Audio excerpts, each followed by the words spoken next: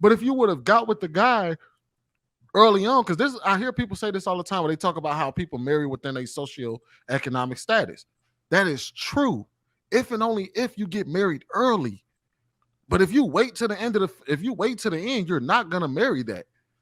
You're not gonna find a guy that because more than likely the dude that is your financial counterpart or the guy that's your employed counterpart, he's already off the market because he done married somebody already. So you're sitting here single, waiting on a guy to come to you.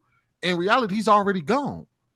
So that's the conundrum we have. We have men that are building up so much they don't want to lose, and then we have women waiting at the finish line.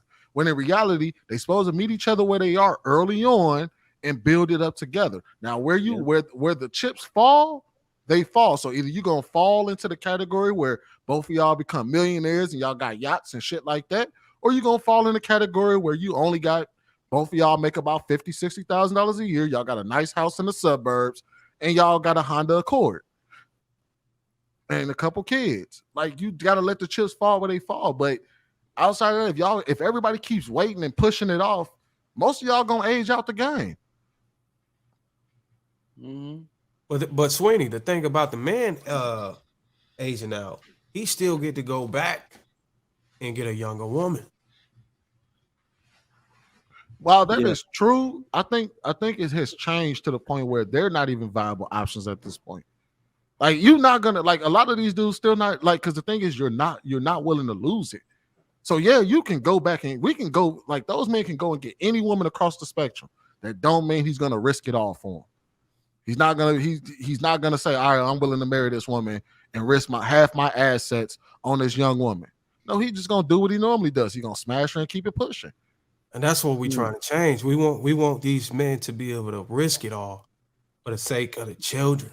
But why not just tell them, hey, look, get in the game early instead of waiting until you have to risk it all or you have to worry about it. I tell them all the time, and they come back to me and say, well, she thinks I'm an average man. She want a man that's, like you said, already at the finish line. Well, then that's her problem. It's a lot of her problems. Right. But what I would tell that man is that, all right, well, when you get on, then that means, hey, look, if they didn't want you while you wasn't getting it, then don't let them have it when you got it. Because the reality is that y'all should be doing it early. If y'all don't want to do it early, this is your reality. None of y'all are getting married. But wouldn't that say that he doesn't qualify for that woman? Shouldn't he go for a woman that is not seeing him as average where he is right at the time? This woman thinks he's an average man and he's below her standards. But that's not the standard for every woman. So why doesn't he just get a woman that accepts where he is right then? Because women will accept. There are women that will accept you with no job, with a shit job, with a decent job, with a great job. I think you said those women are overseas for the most part.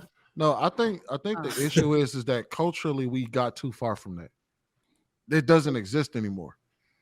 Culturally, people have gotten way too far from that, where they don't care. It used to be a time where it was culturally ingrained in us to understand you marry early, and you build with one another. That used to be the culture.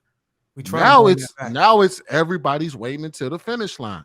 Yeah. Well, women, I would say this: women led in that department because they waited to the finish line. So men were like, all right, well, I guess I'm gonna get mine first, and then, but once he got his, and then he looked around, he was like, well, damn.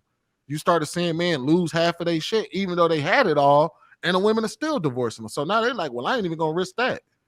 I think what happens is you have to change the culture. So you have to tell everybody, you have to teach everybody to get in the game early and get out. You want a girl that don't have no bodies on her, get her get her early. Because if you wait, all the problems that you think you're gonna have them. If you don't want to change the laws, bro. The laws. Yeah. Well, yeah, that goes without saying. The thing about it is women. It goes back to what we said earlier. It takes accountability, and not just accountability on the women that's having the kids. It also takes accountability on the woman that's on the sidelines watching this happen that don't have kids, because they can all come together for a common interest and march and protest and vote.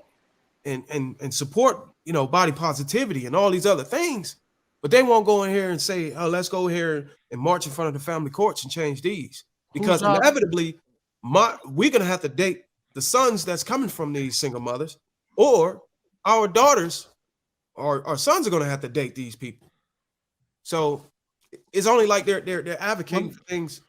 Let me ask you a question, then, Bruiser. They want to march for. Let me ask you a question. Whose job is it to change the laws? Whose job is it to change the laws or get them changed? The politicians. Right. So the thing is that what are we talking to women for then? Because what are we going back and forth with them? We're still half the vote. The reason why we're talking to women, because it's strength in numbers. And when strength in numbers is strong, whenever you come together as a community for a mutual interest, your strength in numbers can make those changes. You can't depend on them to give up something that they benefit from. It's our job to. We can't. If we want to talk laws, yes, we can't argue with the women because they're not going to do it. We have a leverage though. It's not. We don't need to argue. We have leverage. Right. Our leverage is our seed. They're not going to deny that. They're not going to. Women are not going to go through the world and not do what they're naturally born to do, and that's procreate. They're not going to get that. They'll bypass marriage and all that other shit. They'll put that off, but they're not going to put off them babies. That's just not going to happen. I did research. If they could still have control over their own lifestyle and be independent and still get a baby out of the deal and don't have to do marriage, they'll opt for that. I don't think that answer my question. Hey, look, you're not gonna get our feet, and that's the Bruiser and Sweeney show. Yeah, let's check some other. God, these dudes. But I mean, I love the intellectual conversation. But can I get in here too? Can I get some, please? Go ahead, Trigger. All right. So everything y'all are talking about is a byproduct of dating. Chasing what you had is absolutely what is waiting for. I'm easily going to say 75% of millennial and Gen Z women. All right. That's what's waiting for them. Chasing what you had. Like Sweeney said, you should have got it done early. And a lot of women didn't do that, but it's their mama's fault. They told them they had time. Take care of yourself, girl. Focus on your life. They basically told them to be hoes. Go have fun, girl. What the hell does fun mean? They told them to be hoes. All right. As I tell young women that I don't know why, but people want me to counsel them now. I don't know why. I tell them what I told y'all a little while ago. Your future husband is in your past. He is. Your future husband is in your past. You already met the dude. You weren't acting right. You didn't treat him the way you were supposed to or take him seriously as you should have.